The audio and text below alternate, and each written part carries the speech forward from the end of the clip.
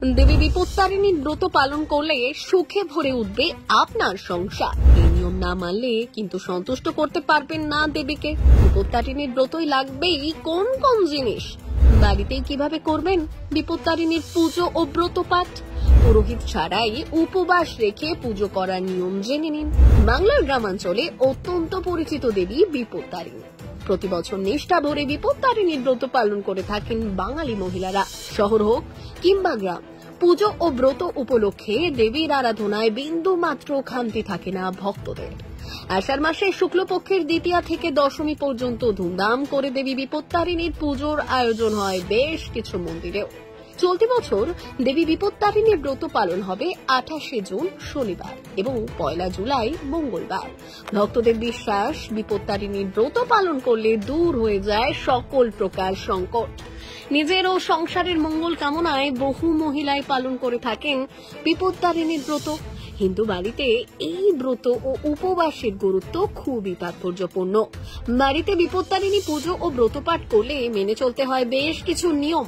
জ্যোতিষ বিশেষজ্ঞরা বলছেন, সঠিক আচার ও নিয়ম মেনে পুজো করতে পারলে সন্তুষ্ট করা যায় দেবীকে।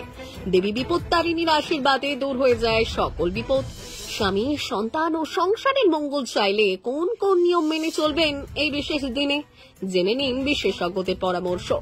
ব্রত পালনের আগের দিন গ্রহণ করতে হবে নিরামিষ খাবার। আমিষ খাবার গ্রহণ করে পালন করা যাবে না বিপত্তারিণীর ব্রত। পুজোর সময় 13টা করে ফল ও 13টা ফুল নিবেদন করতে হবে দেবীর উদ্দেশ্যে। এছাড়া লাল সুতোয় 13টা গিট দিয়ে তাতে বেঁধে দিতে হবে 13টা দুর্বা ঘাস। পুজো শেষ হলে সেই সুতো বেঁধে দিতে হবে সন্তানদের হাতে।